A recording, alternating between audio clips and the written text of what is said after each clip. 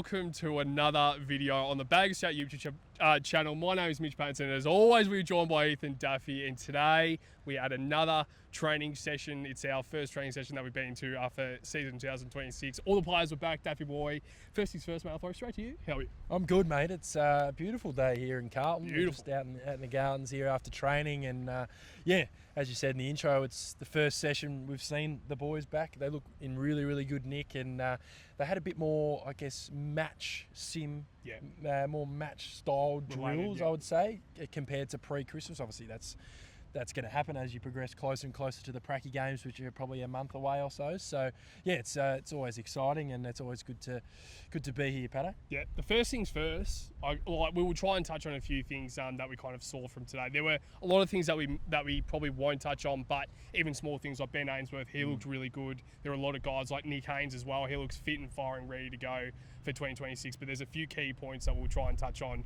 for this video, because I think walking out of that session, I know we were excited heading into this session to see the players back, but walking out of that session, I'm pretty excited as a Carlton supporter heading towards opening round. So first things first, we'll talk about the unfortunate news about Jesse Motlop.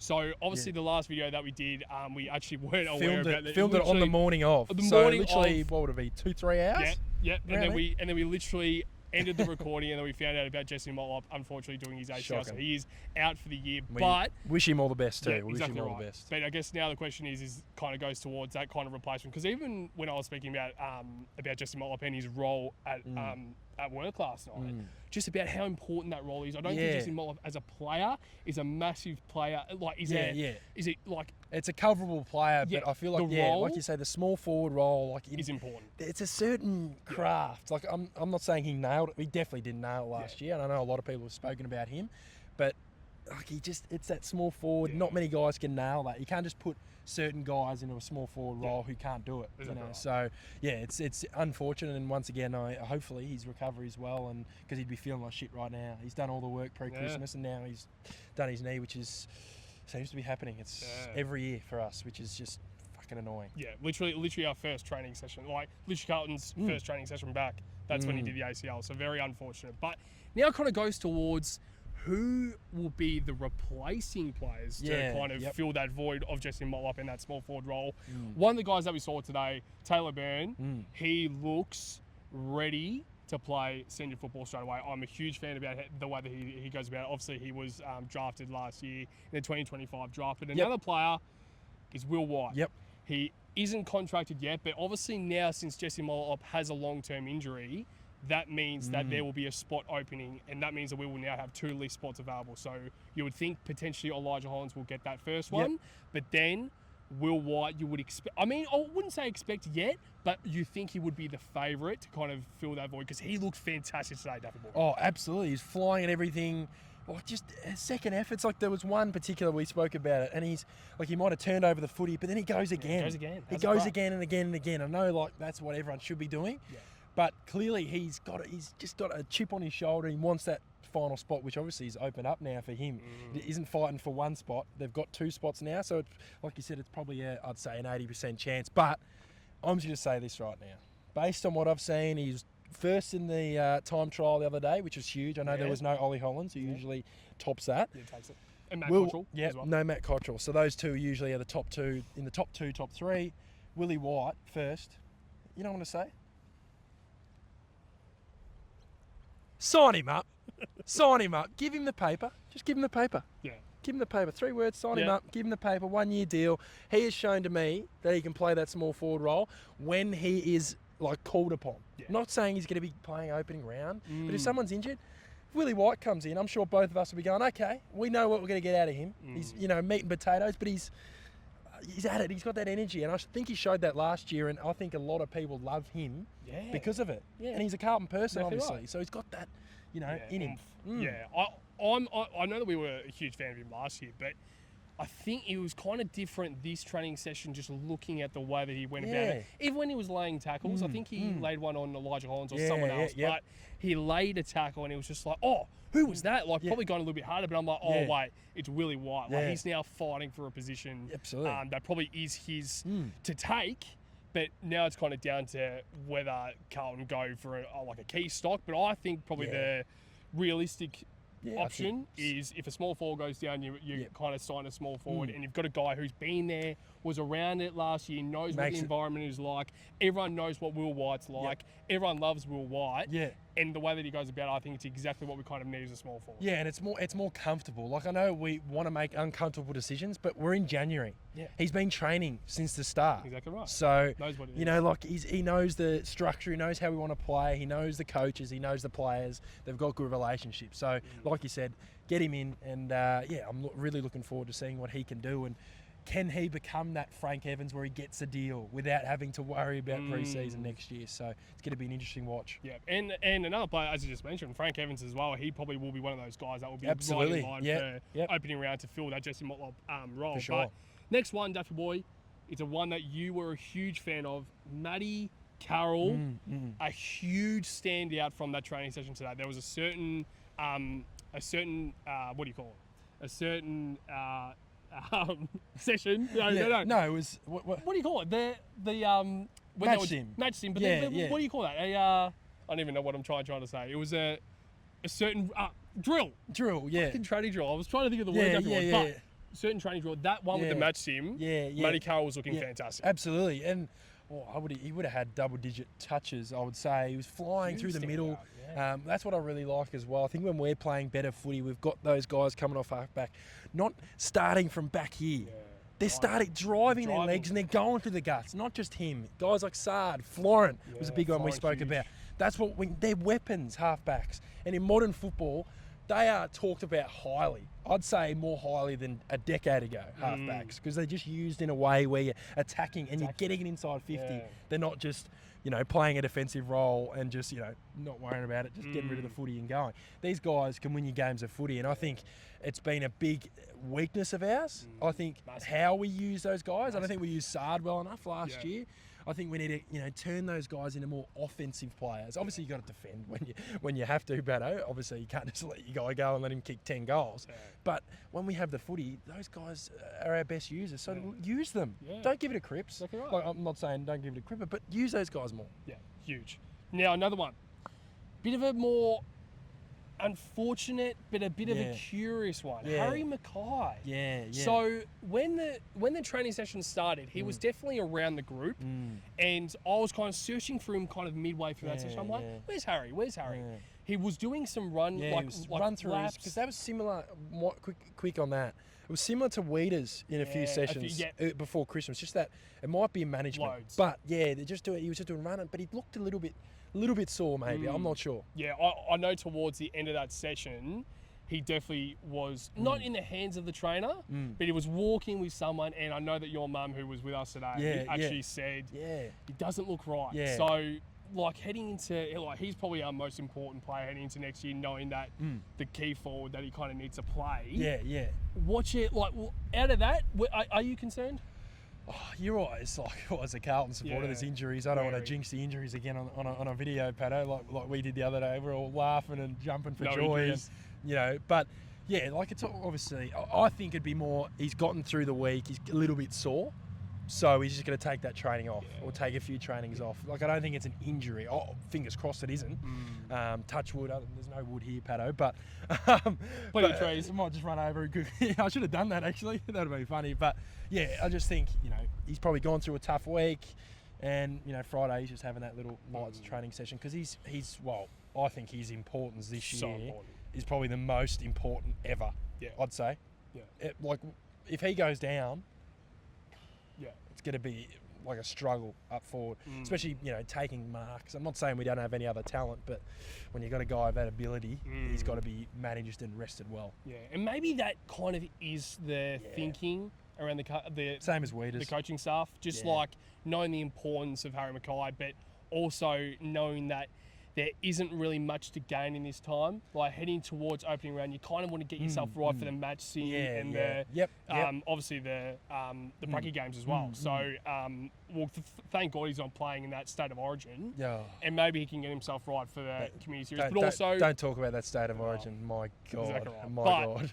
Overall, I think we're kind of just a little bit overreacting a little bit. I'm sure it's absolutely nothing. Overall, we was kind of saying that we just need to touch on, because we know the importance about Harry Mackay. But Daffy Boy, there are a few others that were not training in the main group. Not too much to worry. I think some of them were actually quite. It was quite pleasing. Well. Yeah. It was quite pleasing to see them out there. Nick Newman, he was one of them. Yeah, he was running heaps of laps. Yep. Like heaps and heaps and heaps. He was running on his own, and then he obviously joined the group of these guys, which you're about to know. Yeah. And then also Matty Cottrell, he's another one that looked really, really good. He was doing some training drills, which is good to see. So that's another one. Mark Pitnet as well. He didn't start with the training group. I'm a little bit curious about him. Yeah. Well, I just... how many days are we out? 48, 47, just under 50. I know it's still a while, and he's had that larynx issue.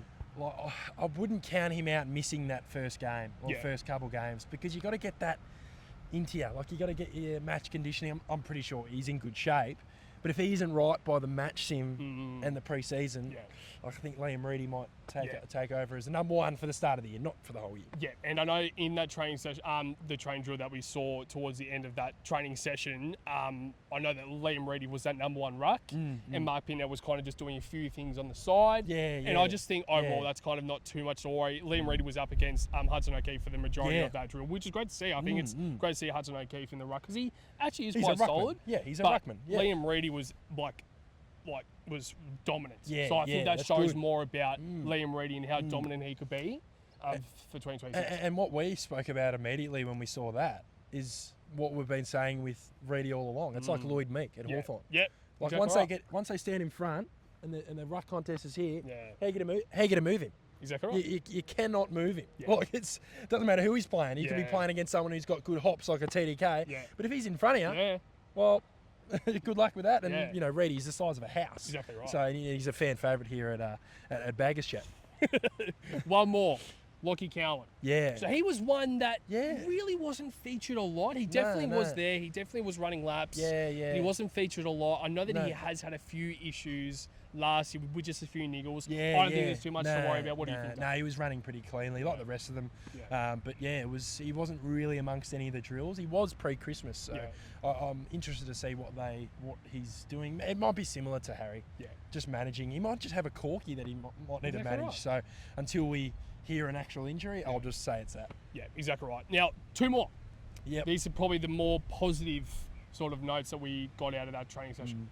Willie Haywood and his leadership qualities out of that session was fantastic. I think the way that he was directing everyone, even for him to kind of step in, knowing that he probably is a bit more of a senior player, especially in that forward line. I think it's great to see him kind of have that kind of confidence and have that leadership quality that he can straight away kind of guide the forward line and kind of choose where he wants to go, but also trying to direct everyone else who might be a little bit unsure. What do you think about it stood out to me. I know I pointed it out straight to you because it was every stoppage. So it might have been, so that obviously he's playing in the forward line, but it might have been back half of the 50, and he's making sure people are structured up probably the way the coaches want to structure up. But you just need that guy, because I think in the past, like, we might be a little bit unorganised up forward.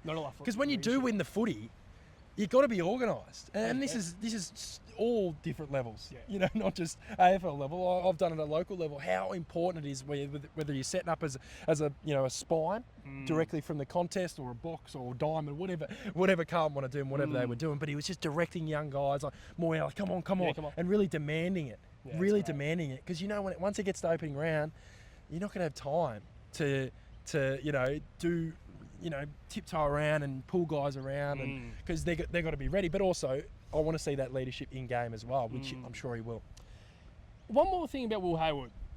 What type of role do you think? I know. I have no idea. I personally thought he probably would have played a little bit more deeper.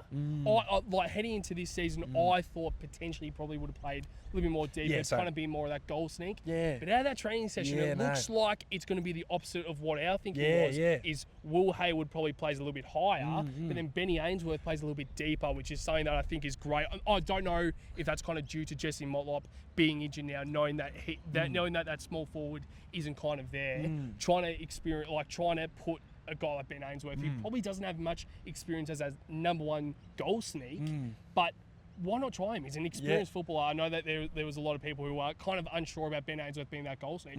We don't know what he's like as a goal sneak. Yeah. So, like, what do you think about Will Hayward and Ben Ainsworth heading into next year? Yeah, well, Hayward, like this year, I keep forgetting it's 2026 as well. Crazy. I'm sure a lot of people out there are similar. But, yeah, no, with Hayward, he was really high up. Yeah. Like, he would almost be hitting, like, D50. Which is great. Like, yeah, really high. And then getting amongst the chains, which you got a good piece of footage of. It was like he was off half back, got it back. Yeah, it was like all the superstars giving him the ball. But it was really good to see him do that. Because I think that's what his role was at the Swans. Because he can take a mark, but he's also good on the ground. So he might be that target we need without a Charlie. You know, like that, you know, when we're in D50, let's hit the wing. Hayward's the guy who's going to be that pack or bring it to ground. Yeah. So, and with Ainsworth, I've been saying this, he's been my guy who's outside of Carlton who I really love watching. Because he finishes goals. You watch the Suns, I don't know, he played a really unrewarded role and he'd probably play, like you said, a deeper role at Carlton, and it's totally different to Gold Coast, and that's fair enough because they've got so many different weapons down there and the way they play is different. But to me, lock him in as a finisher, but he can play high half forward as well if there's other guys nailing it. Zach Williams, Taylor Byrne. Ashton Moyer. Yeah, all those guys can play deep. So it's really pleasing to see, and with Taylor Byrne, I'll tell you right now, looks Patto, good. He looks like a player. He will be playing early. I'm not going to guarantee opening round, but with the Motlop spot opening up, I'm not sure why we wouldn't pull the trigger on him. I think he's good enough. Age shouldn't matter. Why should age matter? I think we've both said this the last probably 6 months since we've played these guys like Carroll and guys in the team. Age does not matter because Harry Dean will be there opening round, and I would not be surprised if Taylor Byrne's out there opening round because he has the talent, he's got the size, and he looks ready to go. Yeah, I personally think he's going to be, I mean, as we said earlier in the episode, I personally think he's going to be that guy that will automatically replace Motlop. Yes. But it's more so whether we play Ainsworth deeper, Zach Williams deeper, Evans, Ashton Moyer, Frankie Evans. Yeah, exactly there's there's now a few guys there, and I know that we also lost Corey Durden last year in the trade period, but now there's a few more spots opening. Elijah Hollins might get a spot as far as those flies come through. They fly. Elijah Hollins comes through and he can play forward. You got a number of guys who can play high. Half forward and deep. That's the positive. Isolate the forward line from Mackay. Absolutely. And the good thing about the high half forwards is it's that connecting. You want to hit that ball 70 metres out and they're the ones getting it and feeding, like you said. And then you isolate Harry. Then you get better hit-ups. That's our biggest issue, the hit-ups, isn't it? It's that extra kick. I think we've spoken about it for years and years on Baggers Chat that we need one more kick inside 50. We take shots from 50. Turn that kick. Get it inside 30, get an easier shot. Watch Geelong play. Watch when Geelong play us in the match here, everyone at home, and you, Patto, as well. They get easy goals. Yeah. They might kick a freakish goal by Myers here and there, and you go, wow.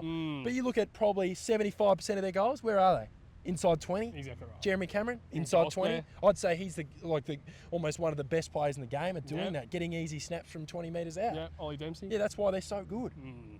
Yeah, it's crazy. This tripod is doing very well at the moment because it is very windy here at Ikon Park. But the tripod's doing very well to keep the camera up. So shout out to that tripod. Shout out to Amazon, Duffy Boy. One more thing.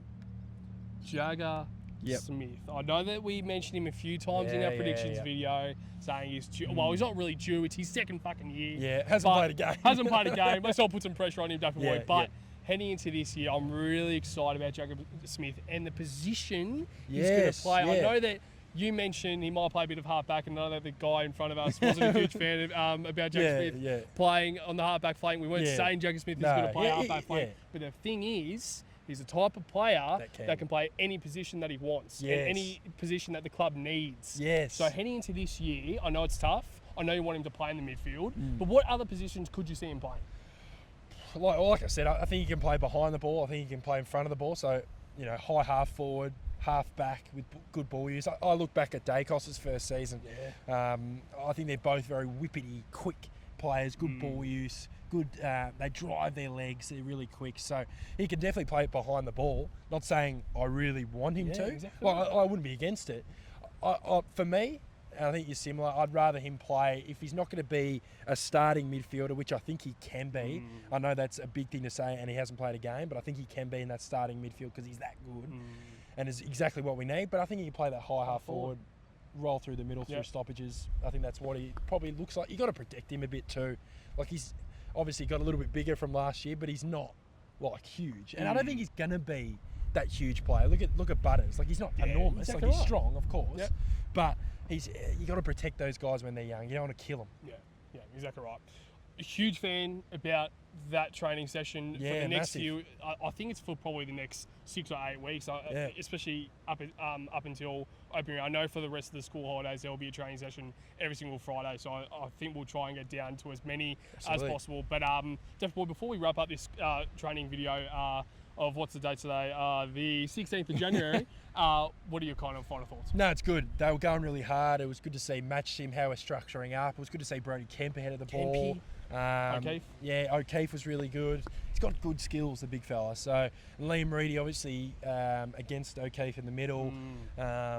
He was obviously probably eyeing that number 1 spot, like I said before. So it's exciting. It's exciting to see, and we're balanced across the board. And there's been a few guys who I think we've been surprised by at training as well. And there's a lot to come. And like you said, we'll obviously give you another update next week to see how guys are progressing, and also have a look at, will Harry be back next training? Let's see how he's going with his whatever he's managing. Yeah. One more question. You mentioned there about being surprised about players. Who out of that one, I've got one in my mind.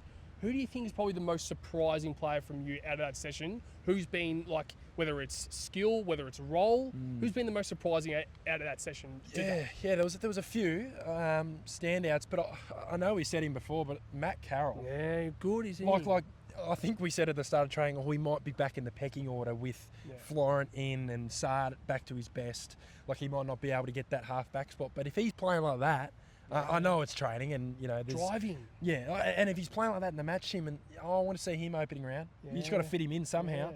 So, and I think he's a guy that can play a little bit higher as well. You can play him on a wing. Yeah, he played wing and he's tall. Yeah, exactly right. So, he was my biggest surprise. How about you? I know it's not really a surprise, but I think especially with what we saw last year with 2025, the way that he was playing, just not really caring as much. The way that he started 2026 has been magnificent. Adam Sard. Yeah. I think the way that he is going about it, the way that he's driving the ball forward, every single time that we're in the half-back flank, we're always looking for Adam Sard. Like, I know Ollie Florent's down there, and most likely Ollie Florent will play as a half-back alongside Nick Newman and Adam Sard.